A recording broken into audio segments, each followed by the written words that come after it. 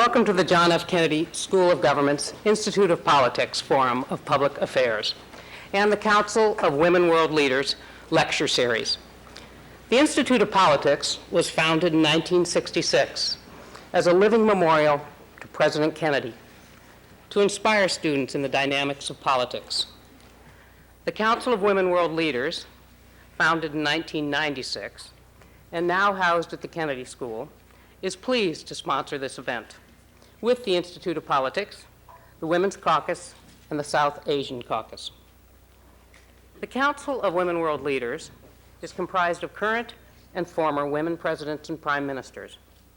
It seeks to mobilize the experience, global visibility, and wisdom of a group of leaders. It is also symbolically representative of the inclusive possibilities of leadership, and works with the Kennedy School of Government to advance our understanding of leaders and leadership. Today, at this crucial juncture in history, we need leaders who fit our times. And these are times of great transition. We need leaders who see things not as they are, but as they should be. We also must observe and unlearn how leaders both shape and are shaped by events and forces around them. In history, we've heard something. We've heard that some men are born to greatness, some men achieve greatness, and some men have greatness thrust upon them. Today, of course, we realize how incomplete that thought is. There are many definitions of leaders, but the best one that I've found is what Vivaldi said made the best composer. He said the best composer has a cool head and a hot heart. I think that's what makes the best leader. They have passion and action and vision and mission. It's what we seek in our leaders and what we seek in ourselves. The Council of Women World Leaders, and I personally, am very pleased to be here today with our distinguished guest speaker, Benazir Bhutto, who is a member of the Council and truly a global figure. I'd like to now ask Pippa Norris to introduce our speaker. Pippa is the very prolific Associate Director of the Joan Shorenstein Center on Press, Politics, and Public Policy. Her research focuses on comparative international politics, the media, and gender. Pippa?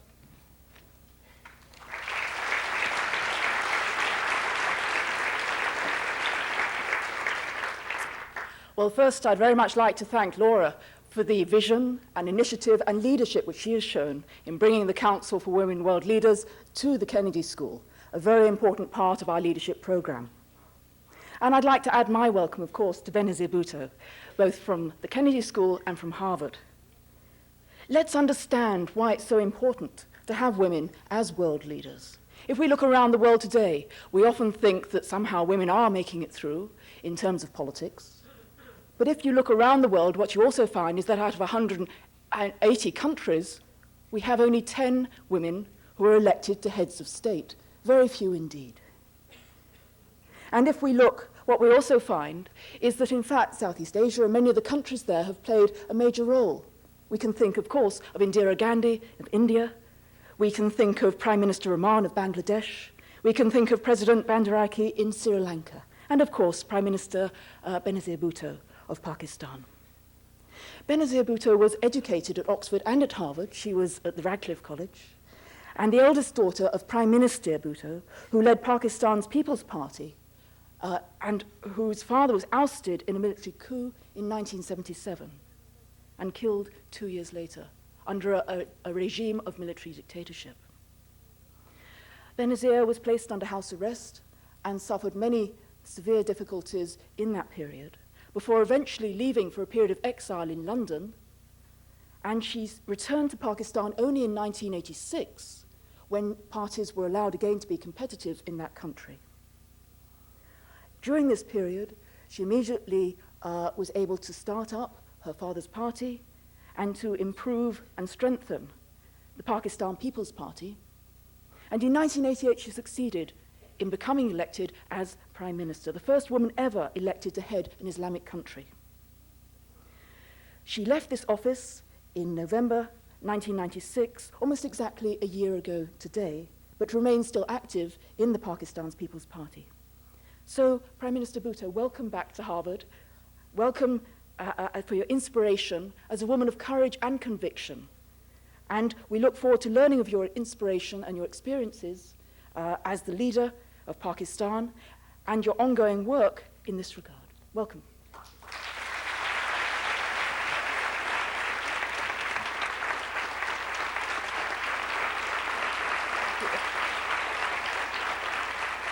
Thank you. Thank you. Honored guests, ladies and gentlemen, as you know, I am no stranger to America, and being here at the John F. Kennedy School of Government, I'd just like you all to know how wonderful it is to come back home. I spent 4 of the happiest years of my life as a student at Harvard University, and those days now seem like a dream to me. The last year has been an extraordinary, difficult period of time for me, for my family, for my country.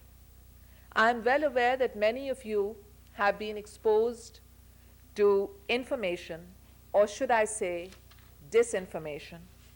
I know that you have heard a negative barrage attacking me and the record of my 2 administrations as the chief executive of Pakistan. That is why I am here. I still have the strength. I still have the fight, especially when it comes to the truth. I fully intend to defend myself and my record from this outrageous and sexist character assassination that is being conducted against me. For what has happened to me, what is happening in Pakistan, may not in fact be unique, but part of a growing and disturbing trend as the world approaches the new millennium. The attacks against me are painful, and they are outright lies. But it is only a more extreme version of what appears to be a universal deterioration of civil dialogue in politics, not just in Pakistan, but all over the world. The search for political consensus, the main characteristic of a democratic society, has degenerated into partisan hysteria, a rule or ruin philosophy. The breakdown of cooperation threatens the legitimacy of democratic values and norms in the modern, post-Cold War international society. This is a new phenomenon that blemishes the body politic. Consensus, civility, and comity have been replaced with slander, prejudice, and partisanship. I would like to read you some thoughts that capture what I am saying to you today. And I quote, "Partisan politics is polluting our most important legal and ethical processes and is damaging our political system. Proceedings, while billed as impartial, have become little more than witch hunts designed to humiliate the opposing political party. The scandal machine that has developed bankrupts individuals who are little more than pawns in larger political agendas. It threatens the ability of the political system to attract the bright, dedicated people that our nation deserves." These are not my words, but they may as well be. This is not written about Pakistan, but it might as well be. For what I have quoted to you are the words of Robert Bennett, President Clinton's lawyer, from an essay attacking the subjugation of the legal and ethical process to a blatantly partisan political agenda. Right now, across the oceans, in Asia, the Pakistan People's Party, which I lead, is being subjected to a political witch hunt clouded in a so-called legal process. the people of Pakistan honored me by electing me as their prime minister in the only 2 fair, free, and impartial elections held in the last 10 years. But my political opponents saw to it that both governments were removed by presidential edict and not permitted to complete their full terms. Not a single member of my family has been spared. My father-in-law, my husband, and my brother-in-law have all been arrested. My mother and my sister-in-law are facing legal proceedings. Another sister-in-law had her house raided at midnight without a search warrant or a magistrate. Yet another relative fled the country when he was called to the Prime Minister's house, grabbed by the shirt, and threatened, "You either do what we want or end up in a death cell." And one of our defense lawyers was kidnapped by the regime for over 2 months without a word of his whereabouts. Members of the Pakistan People's Party and my political staff, including women, have faced similar treatment. I therefore wrote to the United Nations Secretary General highlighting the human rights abuses. I was castigated by the regime for doing so. I was criticized for washing Pakistan's dirty linen in public. They weren't concerned that they were dirtying the linen. They were only concerned that I was washing it in public. And that was when the regime decided to raid my sister-in-law's house at midnight to harass her and to harass me. That was when they decided to arrest a second defense lawyer, charging him with the kidnapping of the first. And that was when they decided to file yet another murder case against my husband. And that was when they falsely claimed that 8 companies belonging to me had been frozen by the Swiss authorities. I had nothing to do with those companies, but to humiliate and degrade me internationally, the regime claimed they were mine. I know that truth and justice will eventually triumph. I know that I have the will to prove, not only for myself, but for women all over, that we have the strength to stand up and defend our convictions. But in the meantime, our family life has been affected.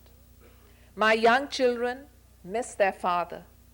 Not only my family, but those of my relatives, political colleagues, and supporters are being bankrupted defending charges in different courts of law.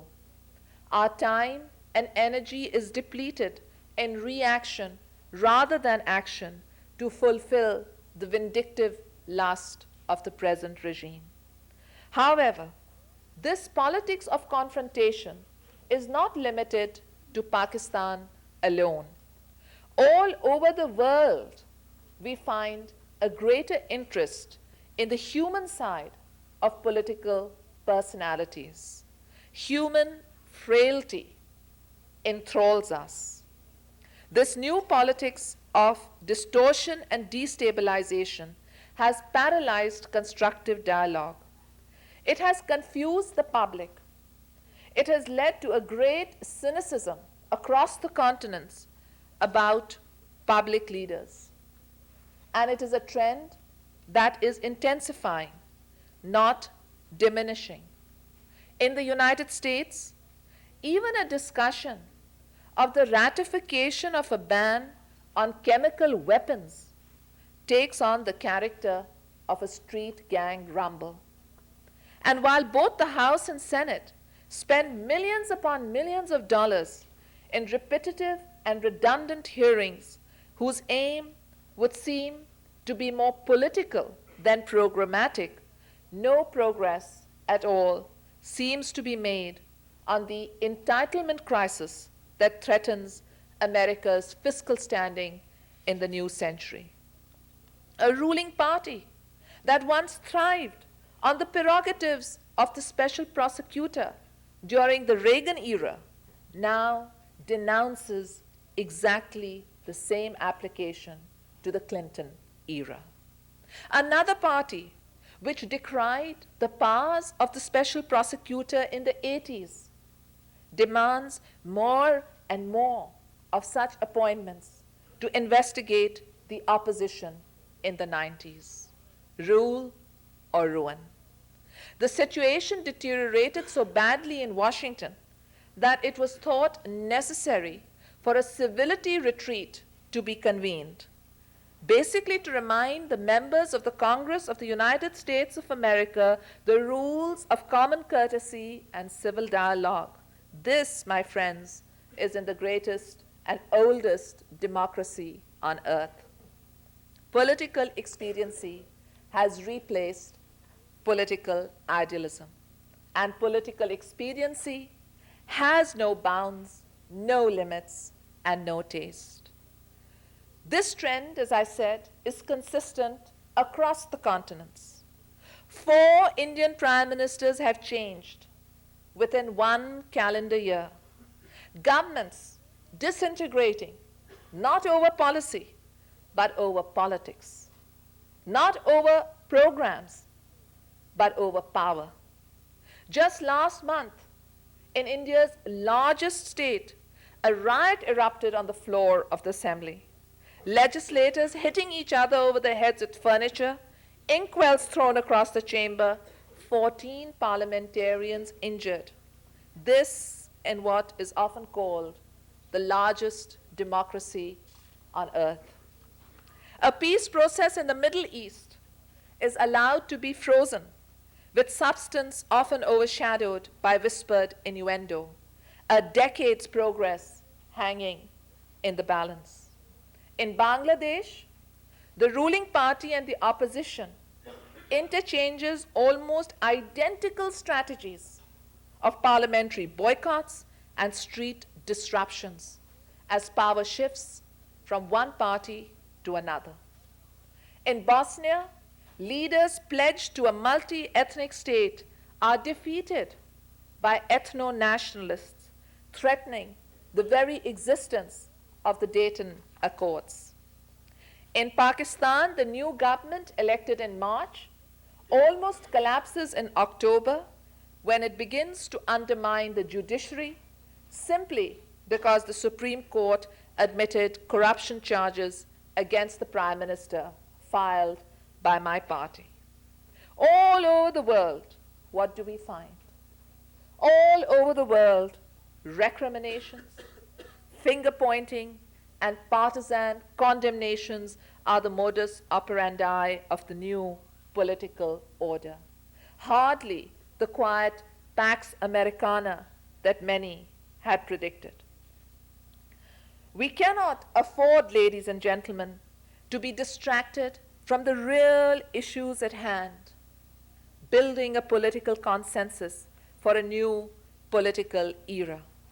I believe that our generation stands at the doorway of history, not only the doorway of a new century, but the doorway of a new millennium.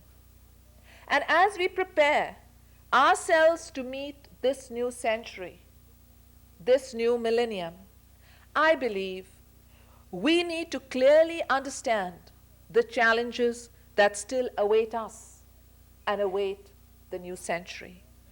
I believe there are 4 simultaneous challenges that the world faces today. First, the rise of ethnic and religious hatred, prejudice, and intolerance.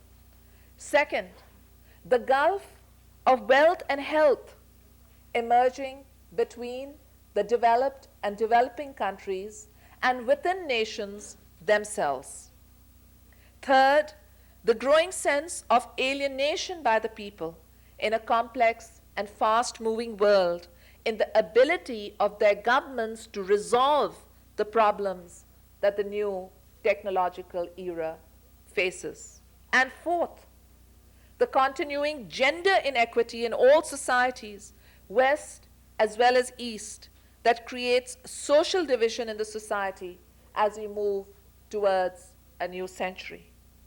The only good thing I can say for the 40 years of the Cold War is that its bipolar competition managed to suppress the ethnic and religious antagonisms that had dominated the first half of the 20th century. The simplistic dichotomy between the West and the East compartmentalized and clarified the world order. But this also had negative consequences. During the superpower confrontation, containing communism was paramount, even at the cost of democracy, even at the cost of human rights. Countries like Pakistan saw long periods of dictatorship, decades when freedom was suppressed, the press censored, and billions of dollars in military and economic assistance siphoned. Similar patterns existed in South and Central America, in Portugal and Spain, in Greece, in South Korea, and in large parts of the African continent. The dawn of the new information age helped change the destiny of nations caught in the grip of dictatorship. CNN had a significant role, I believe, in bringing about the end of communism. I know many people thought it was just President Reagan, but I think he got a lot of assistance from CNN. Because people in Eastern and Central Europe saw the beauty of freedom. They saw the consumer choices that were available, and they asked a simple question: why not here? People in South Asia and South America saw free people making free decisions and making free choices not only in elections, but in their careers, in their professions. And they too asked a simple question: why not here?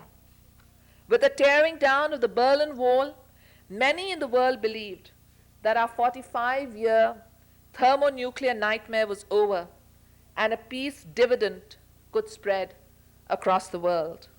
But as T.S. Eliot once observed, between the idea and the reality falls the shadow. The twilight of the century has become Eliot's shadow. The idea, that platonic cave of peace that we prayed for, has eluded us. Its illusion has left people impatient, frustrated, and angry. Those who believed that democracy meant instant financial progress, instant improvement in the standard of living, have lost faith in governmental systems. The frustration of newly empowered electorates, combined with the regeneration of long suppressed ethnic and religious tensions, creates a very dangerous situation for the world as we approach the new millennium. The United States, in its extraordinary moment of international predominance, has an obligation to act as a catalyst to promote democratic values, to ensure self-determination, to enforce United Nations resolutions, and to diffuse potential international conflicts before they engulf the world. And one of these long simmering tensions is related to the dispute over Jammu and Kashmir. The Valley of Kashmir has been occupied by India and denied the basic right of self-determination. Tens of thousands of men, women, and children have lost their lives in the quest for freedom. It is time now, consistent with President Clinton's stated policy of preemptive crisis management, to facilitate an agreement between India and Pakistan so that the people of Kashmir and Jammu are finally allowed to determine their own future. And ladies and gentlemen, this is an era where we see an increasing focus on Islam and the West. The entire world community, and specifically the United States, has a fundamental strategic interest in events in the Muslim world. All across the world, in the Middle East, in Southwest Asia, and Southeast Asia, in Africa, 1 billion Muslims are at the crossroads. They must choose between progress and extremism. They must choose between education and ignorance. They must choose between the force of new technologies and the forces of old repression.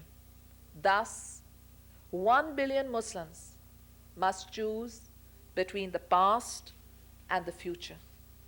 The United States must do everything within its power to ensure that progressive, pluralistic Muslim countries like Pakistan are in a position to serve as role models to the entire Islamic world.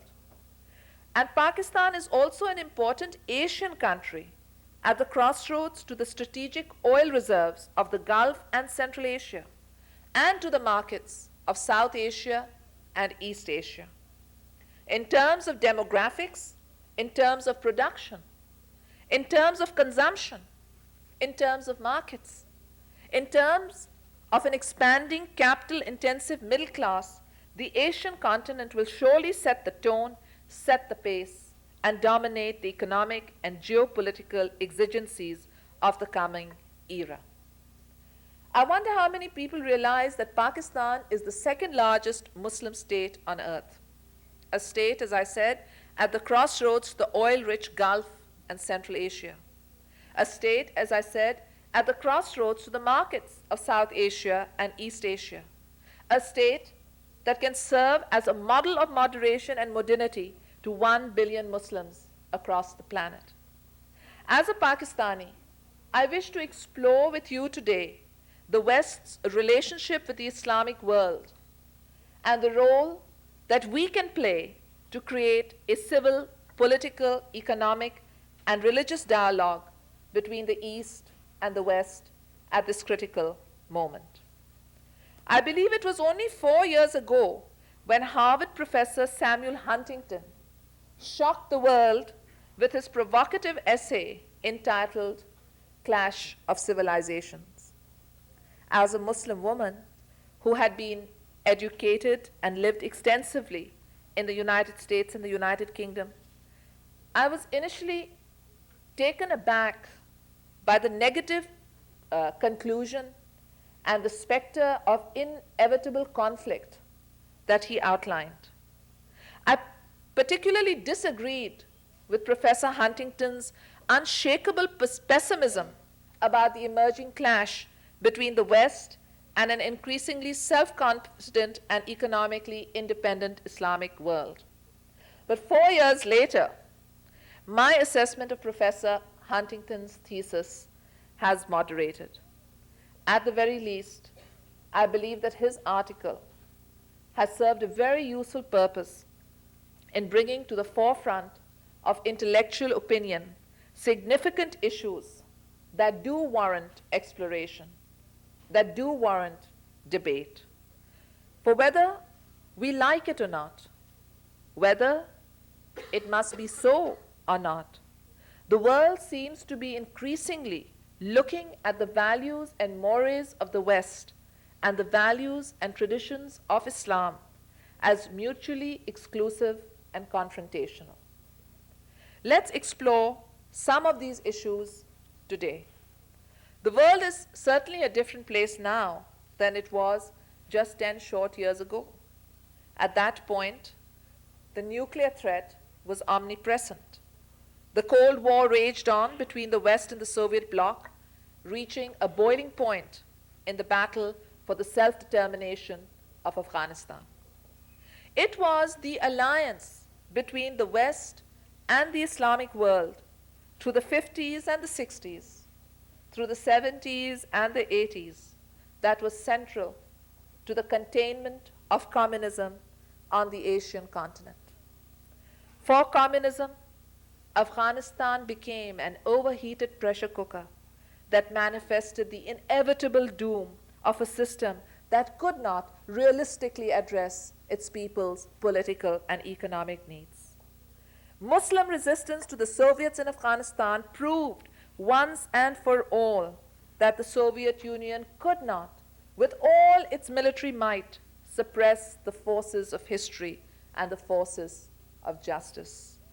Afghanistan proved that might does not make right. It was the victory of the Mujahideen, the Islamic freedom fighters supported by the Western Muslim alliance, that proved to extinguish the fading embers of a dying system. This alliance, that is the Western Muslim alliance, broke the back of the Soviet Union. It was our joint stand against the Soviet occupiers of Afghanistan that secured for all mankind the final victory of democracy and market-based economics. I remember vividly my own feelings on February 15, 1989, when as Prime Minister of Pakistan, I celebrated the final withdrawal of Soviet forces from our frontiers in Afghanistan. Little did I realize at that glorious moment that the victory in Afghanistan would be a catalyst to a curious consequence. The West's interest in, indeed need for, alliance with the Islamic world would and has steadily deteriorated over the last 8 years. Interdependence during the Cold War period gave way to indifference in the post-Cold War period. Indifference has now, in many ways, been replaced with apprehension. There are some in the West who would like to think of Muslims as terrorists and fanatics. I would like to assure you that Muslims are neither. Muslims, on the other hand, who benefited from economic and military assistance from the West for half a century, are bewildered by the sudden turn of events where aid has totally ceased with the end of the communist threat. Muslims who consider themselves allies of the West do not comprehend the distancing of the West. For instance, a country like Pakistan was receiving $4.6 billion of military and economic assistance from the United States. Now, if somebody is earning $1,000 a month and getting an additional $500 from a friend, and one day the friend turns around and says, sorry, I don't have the $500, live on $1,000. That means a drop in living standards. And that's what it meant for many Muslim countries, including Pakistan. Suddenly the aid dried up, and it coincided with the period of the resurgence of democracy. And instead of being better off, people were worse off, because now we had less resources and less income. And many could not understand why, at a time when their own resources were diminishing, the West was beginning to perceive the Muslims with a certain degree of apprehension. Because Islam is a religion that sanctifies Abraham, Moses, and Jesus as prophets, it was even more bewildering for Muslims to find that the West suddenly was suspicious of them. And Islam is, in fact, an integral part of the Judeo-Christian civilization. So being an integral part of the Judeo-Christian civilization, it was a sudden shock for Muslims to find that the world was being perceived as two blocks, that is, the West and Islam. Now, Muslims do have certain problems with the way the West reacts to certain incidents. For instance, Muslims could not understand why one of the great cities of Europe was reduced to a rubble by a systematic destruction, and that this reduction of the city was captured nightly for all the world to see by CNN. Muslims could not understand why the West stood by indifferent. This kind of event of bloodshed in a Muslim city in the heart of Europe, with the West standing silently by, plays into the hands of extremists who say that if it were Christian Paris on fire and not Muslim Sarajevo, would the West have acquiesced? In the heart of Europe, a Muslim city was being destroyed, and Muslims all over the world felt abandoned by the West. So we muse on the lessons of history and the lessons of human nature. While many in the West believe that there is no place for democracy in Islam, given the few number of democratic Muslim states, Muslims, on the other hand, believe that democracy is inherent in our faith. In Islam, dictatorship is never condoned. Dictatorship is considered a usurpation of the power of the people.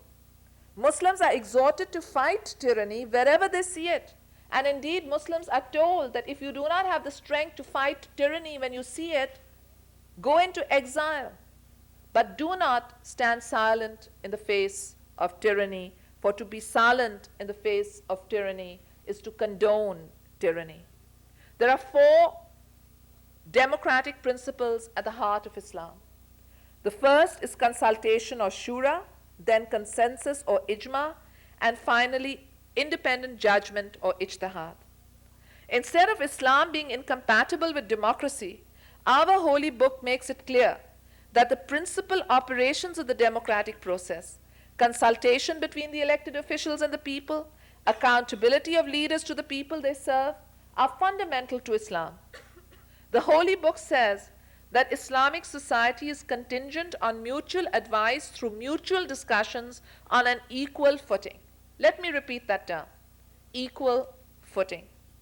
Ladies and gentlemen, the Holy Quran is as committed to equality as it is to democracy, as committed to pluralism and tolerance as it is to order and doctrine.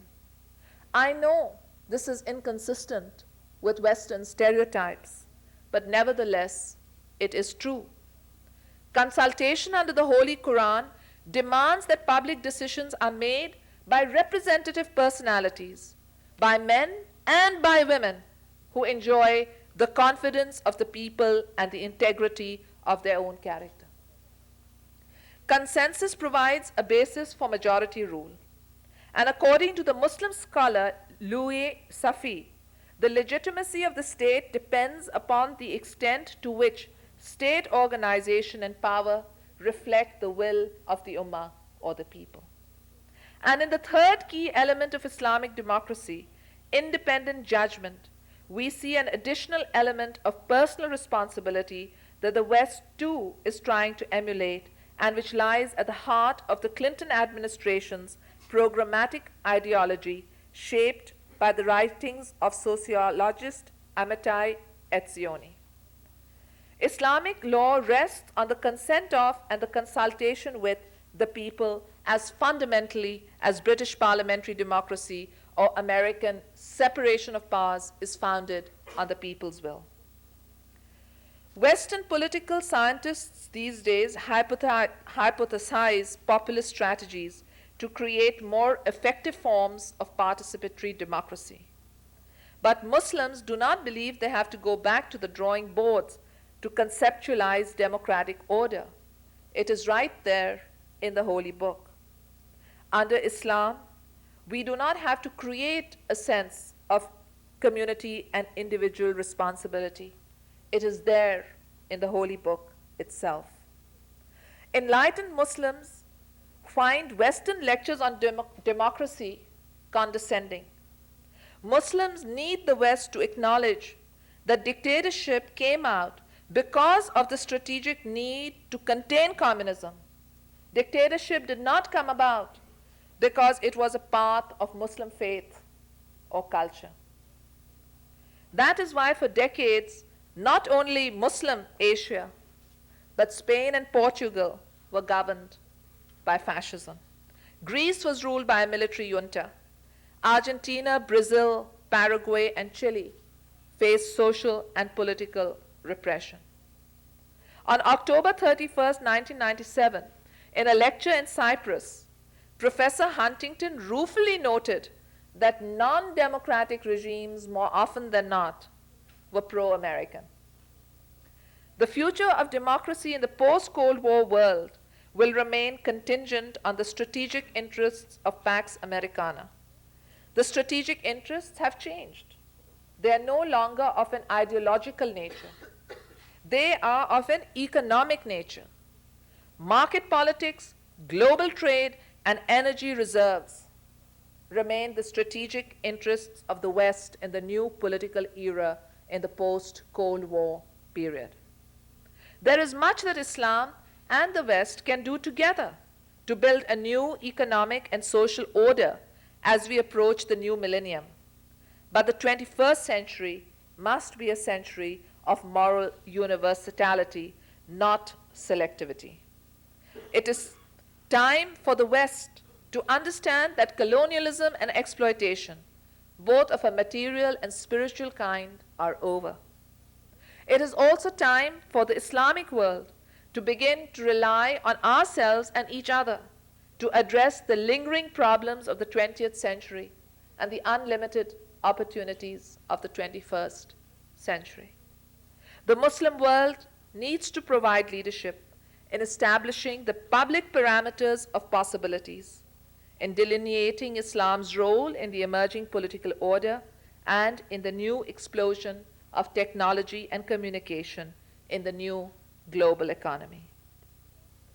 In addressing the new exigencies of the new era, we must be prepared to work side by side, East and West, with other religions to improve the quality of life for all the people on this earth. We must live, and we Muslims must live by the true spirit of Islam, not just by its rituals. To those who would claim to speak for Islam, but would deny to our women a place in society, I say, the ethos of Islam is equality, equality between the sexes. There is no religion that in its writings and its teachings is more respectful for the role of women in society than Islam. To those in the West who would condemn Islam for being anti-women, let me, as the first Muslim woman elected Prime Minister of her country, recall that 3 Muslim countries, Pakistan, Bangladesh, and Turkey, have all had democratically elected women as head of their governments. In other words, my friends, there is much that we can learn from each other, Islam and the West and Islam, as we cross into a new century and into a new millennium.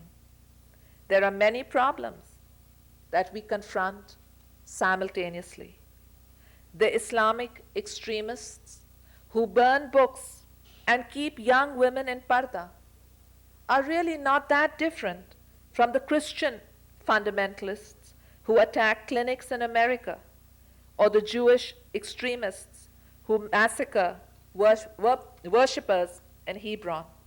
So let us decide to cast aside myths and stereotypes about each other. For Islam and for the West, it is time to attack the common and real enemies of our respective societies. These enemies are not people. They are ignorance and hatred. These enemies are not ethnic minorities. They are starvation and intolerance. Myopia and prejudice, whether it be religious, political, ethnic, gender, or intellectual, are the common enemies of our hopes for the 21st century. They are the fuel of the clash of civilizations. Ladies and gentlemen, we are about to cross together into a new century and into a new millennium. Whether we cross the millennium holding hands or at odds with each other is very much in our own control. The opportunities are boundless for all who believe in the blessings of the modern era, the application of technology to addressing the economic and social conditions of mankind, the end of intolerance, the flourishing of democracy and human rights.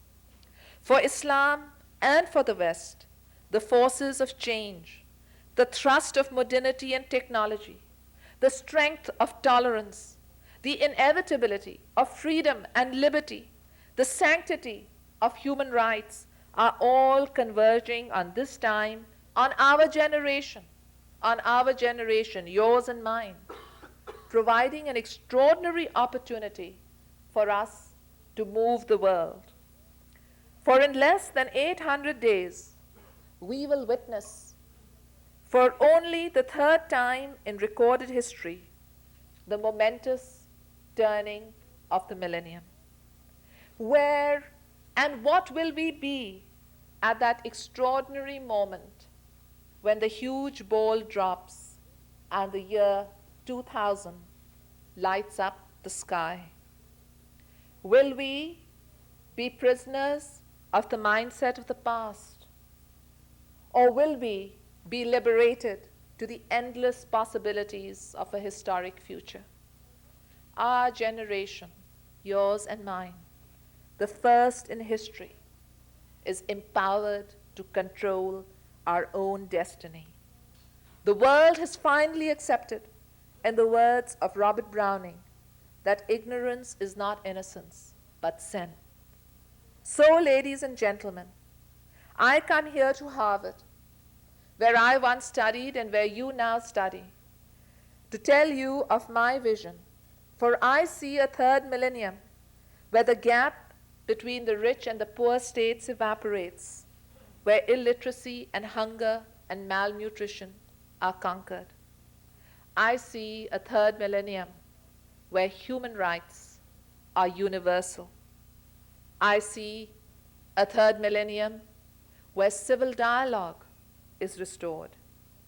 I see a third millennium where people's trust in government and in themselves is restored. I see a third millennium of tolerance where religions respect other religions. I see a third millennium where every child is planned, wanted, nurtured, and supported. I see a third millennium where the birth of a girl child is welcomed with the same joy as the birth of a boy. This is the third millennium I see for my country and for yours, for my children and for yours. And I hope together we succeed. Thank you very much.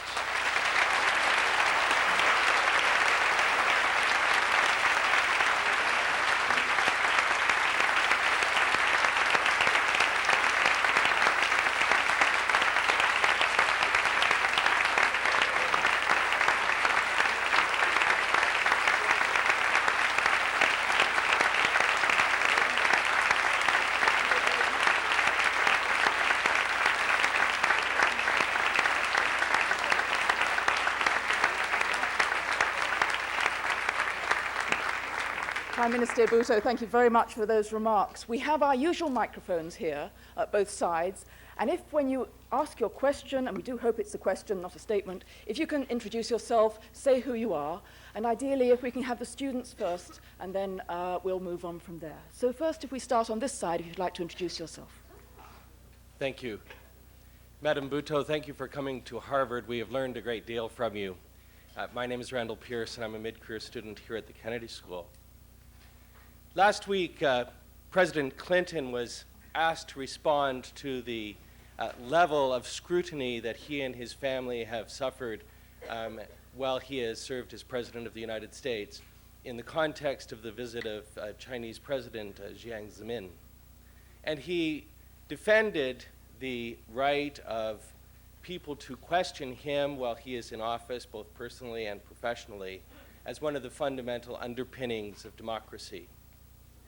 I'm wondering, at what point do we sacrifice the right to question our leaders to preserve the civil dialogue that you're encouraging us to embrace today? When do you pass from policy to politics and from programs to power? That's a $64 million question. I wish I had the answer. I don't, but I often found it frustrating that what we were doing, I can speak for my country in real terms, in terms of building 30,000 schools, primary schools in 3 years, in terms of training and recruiting 50,000 lady health visitors to go out and bring the population growth rate down, didn't really merit much interest or attention, although these are programs that were fundamentally changing situations.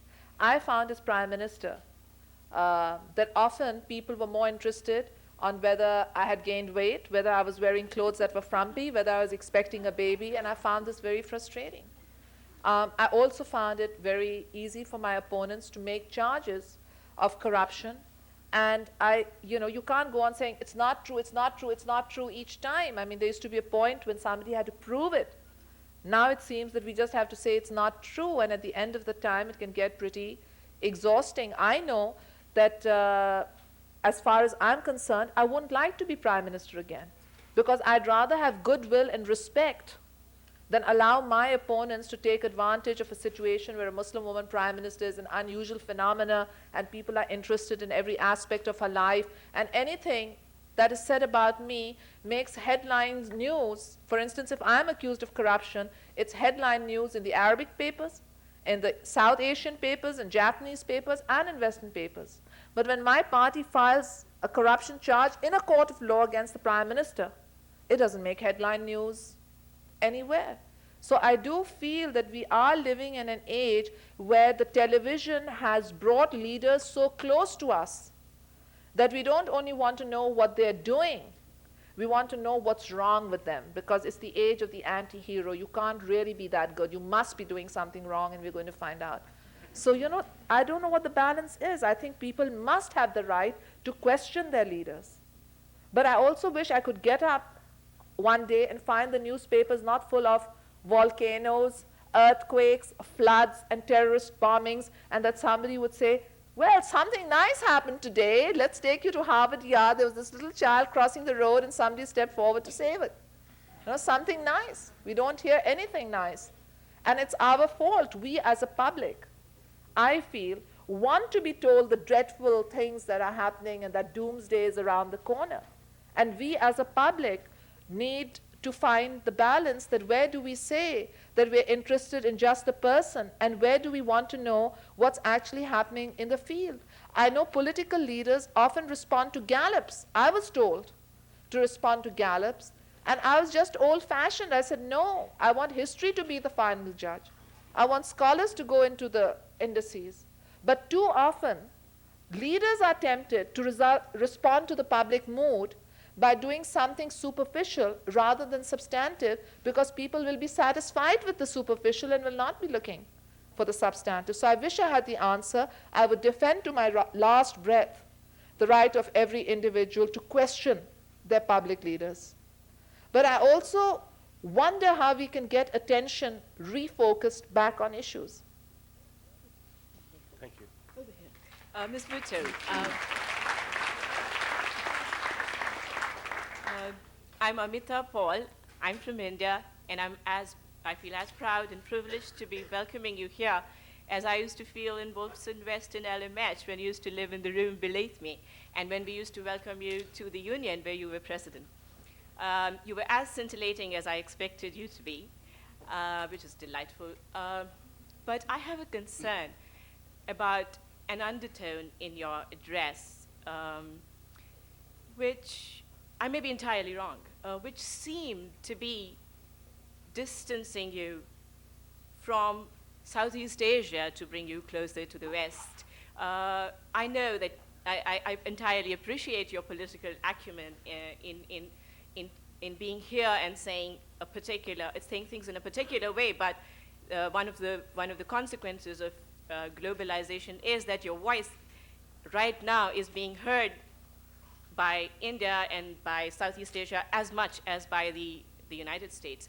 And the undertone which worries me has a fallout, as I'm sure you expect, in memories that I have of my visits to Buddhist Ladakh, to Gujar and Sikh Jammu, to Muslim majority Srinagar, to Pakistan-occupied Kashmir. I have had the privilege and the pleasure of talking to people everywhere, and perhaps the dominant identity of Kashmiriyat is what occupies them more. And what concerns me is that did I hear you wrong when I thought that we were perhaps going back to a situation where 50 years ago we let the British draw the lines, and I'm today sorry, do you are have a- do you allowing, have a question here? yes, Because are we'd like now allowing we are inviting the Western world to draw the lines on something which is really concerned with self-determination. And my question is, am I wrong in presuming that? And a final comment, which is to say that from the ground of Harvard Veritas and with memories of Oxford's lost causes and forgotten loyalties, I extend the hand of eternal friendship to you again. I thank you for your hand of friendship. I think people and people contact between India and Pakistan is very important. I'm sure Indians have their point of view, and I respect that. And I'm sure Indians also respect us for having our point of view. I have never been to Ladakh. I wish I could go, and maybe you can help me one day to go to Ladakh or Jammu. But I have supported, as a young student, when I was here, I never ate lettuce or grapes, because in those days we used to support Cesar Chavez and what he was doing. I took part in marches against the Vietnam War. I stood against apartheid. I stood for the right of the Palestinians for a homeland of their own. And in the same way, not just as a Pakistani, but as a human being, I support the right of the people of Jammu and Kashmir to self-determination. I just wish our two countries could find a way where we could allow the Kashmiris to determine their own future. But you know, even if people disagree on political disputes, it doesn't mean they don't have to like each other. I'm addressing this Western audience because I don't get many invitations to India. I went to Sri Lanka. I'd go to India too.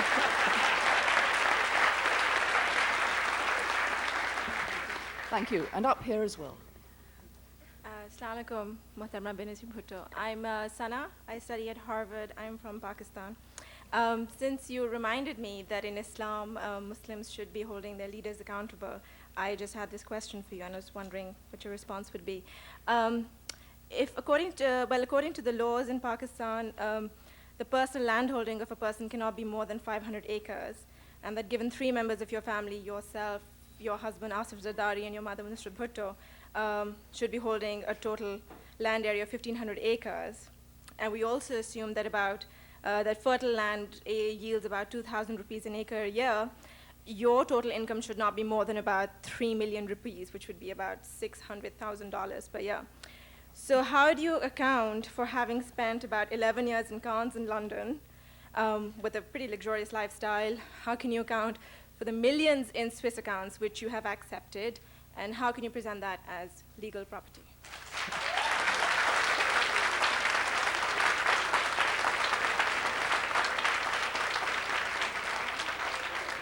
Thank you, Sana. You know welcome. more about my personal affairs than my tax accountant or I do. When you find those Swiss millions, do bring them to me. I was indeed born to a privileged family and to a wealthy family.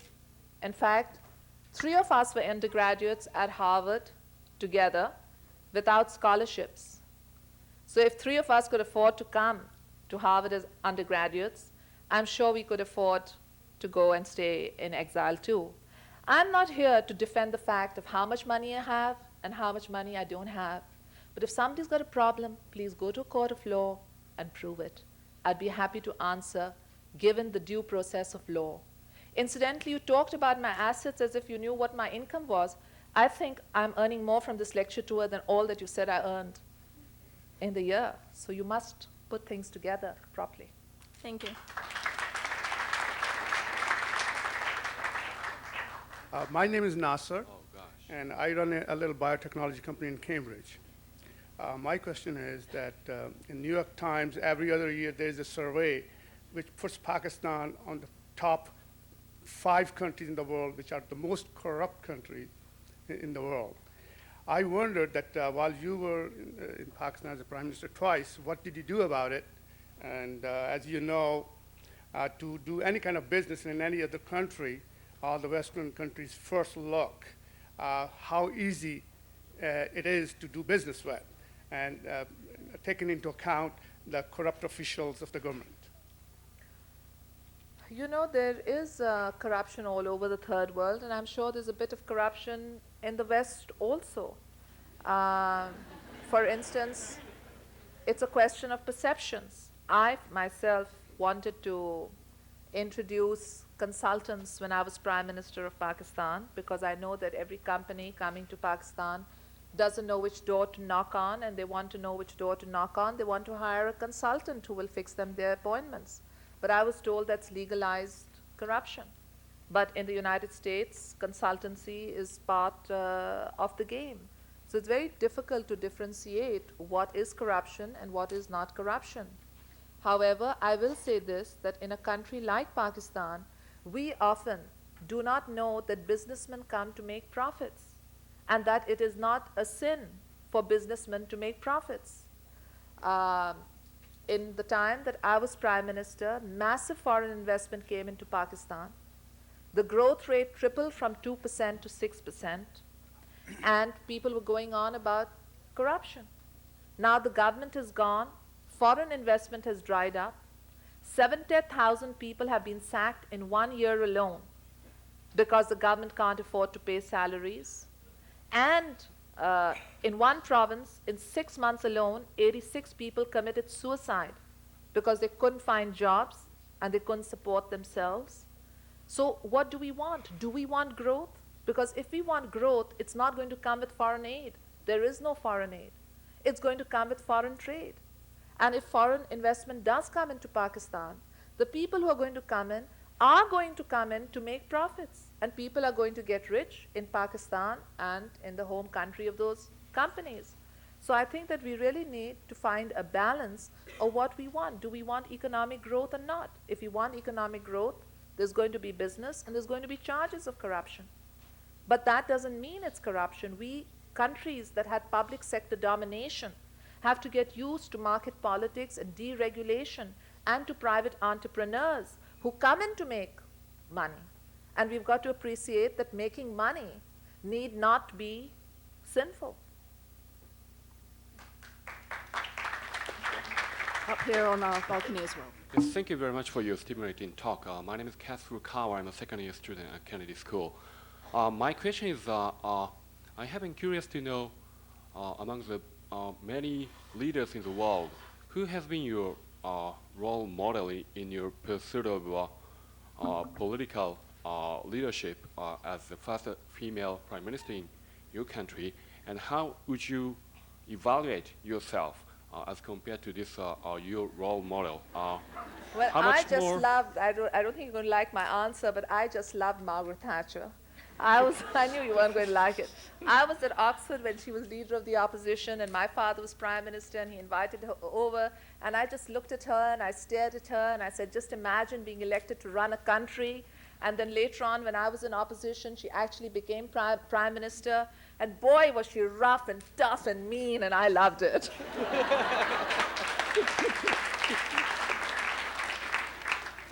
Okay, one more question over here as well. My name is Alexis Sinduhije. I'm from Burundi, Central Africa. Mrs. Bhutto, I have two small questions.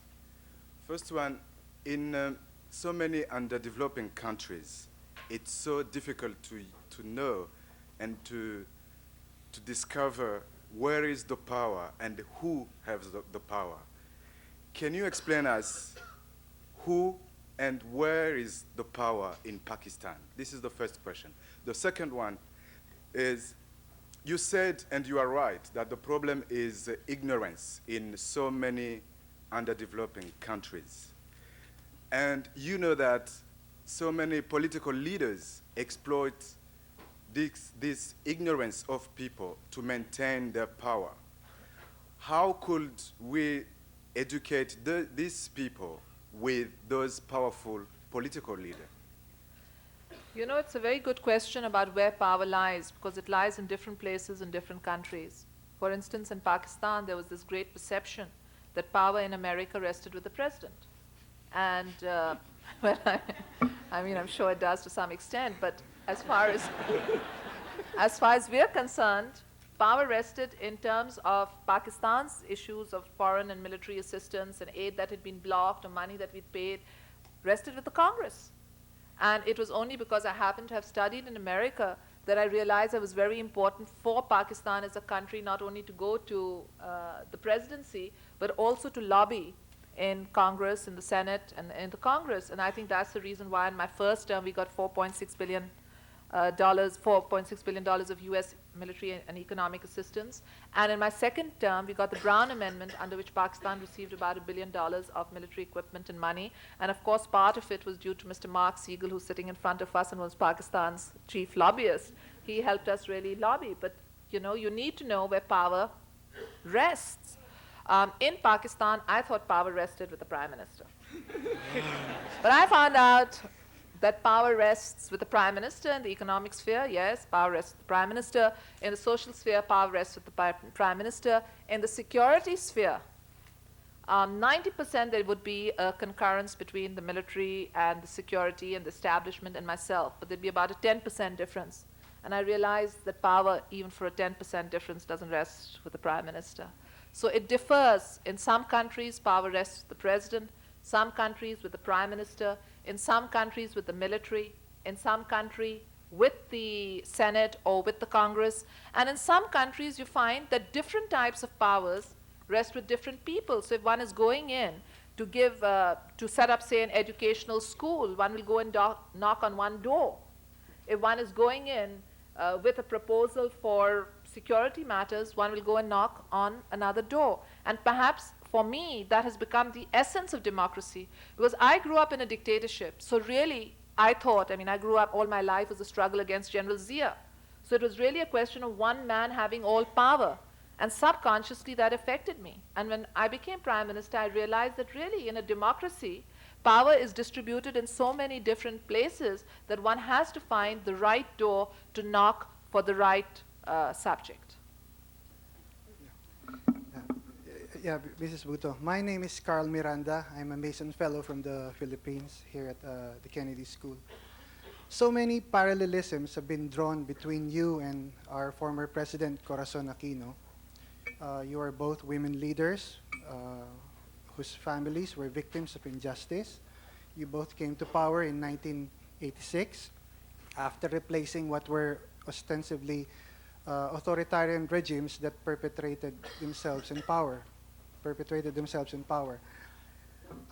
Cory Aquino, however, ushered the passing of a new constitution that limited the term of the chief executive to just 6 years, or just one term.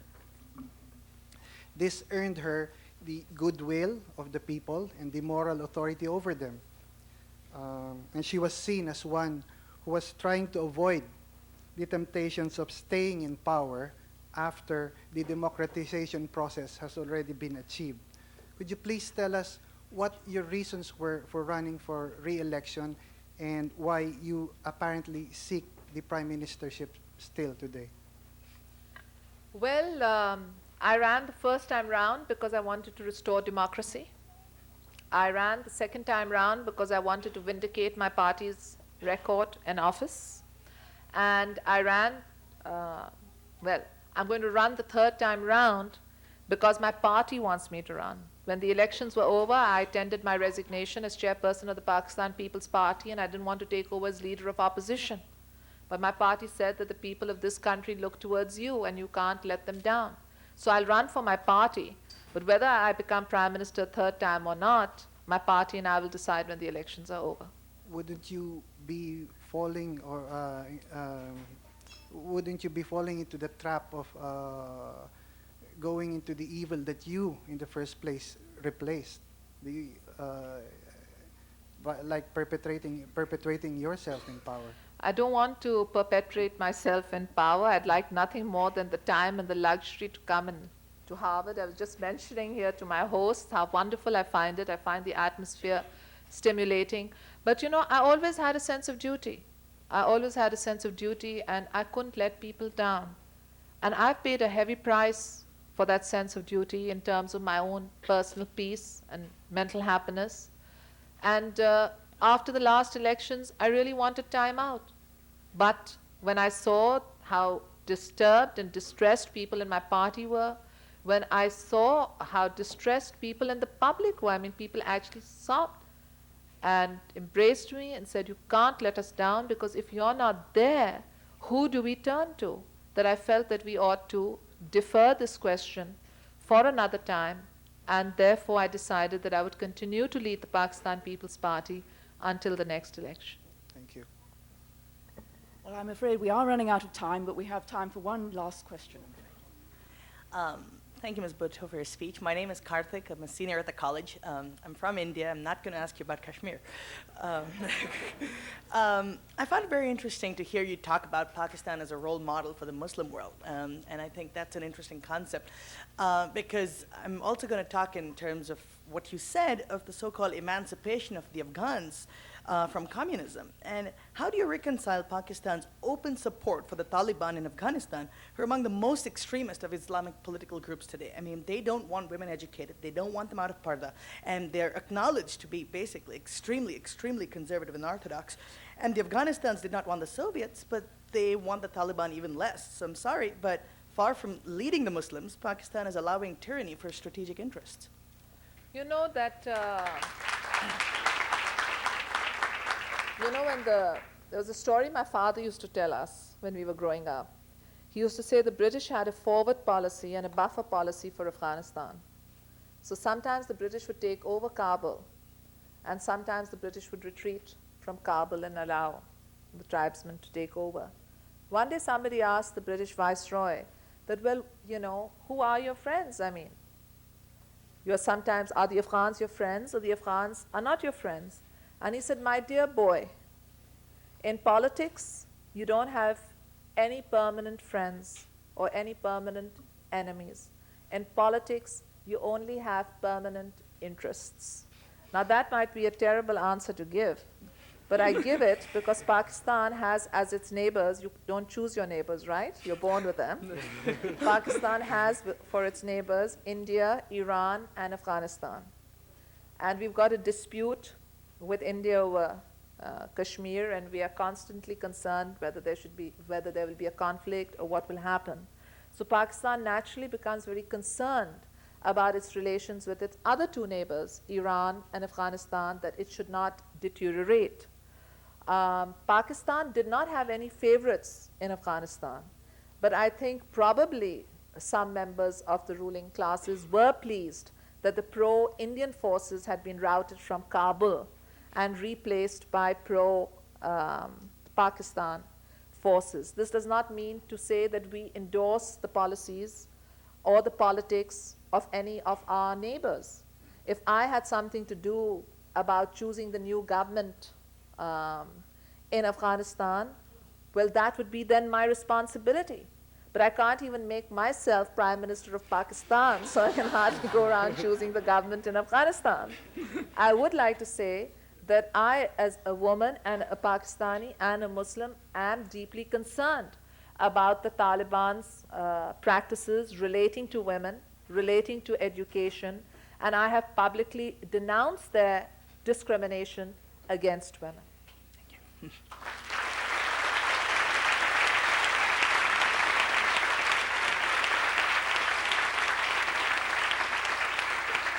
Well, I'm sorry that we have run out of time. As you can see from the lines on all sides, we could continue this for many an hour, but unfortunately we've finished.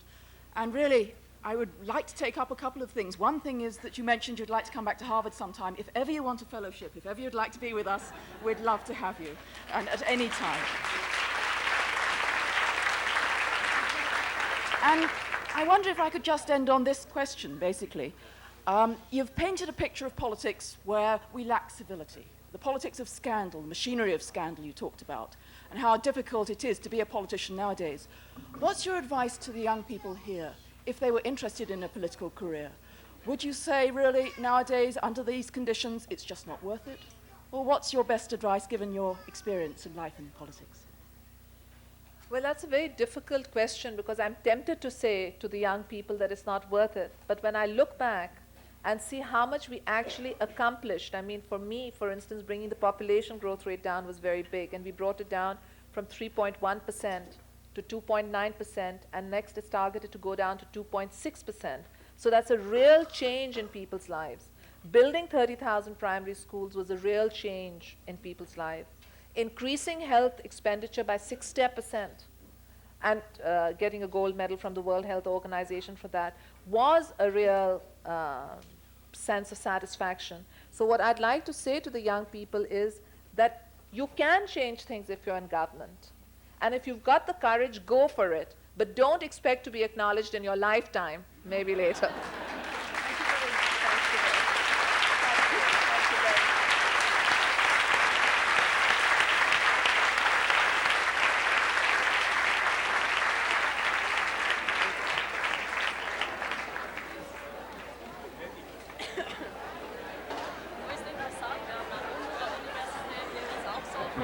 Thank you.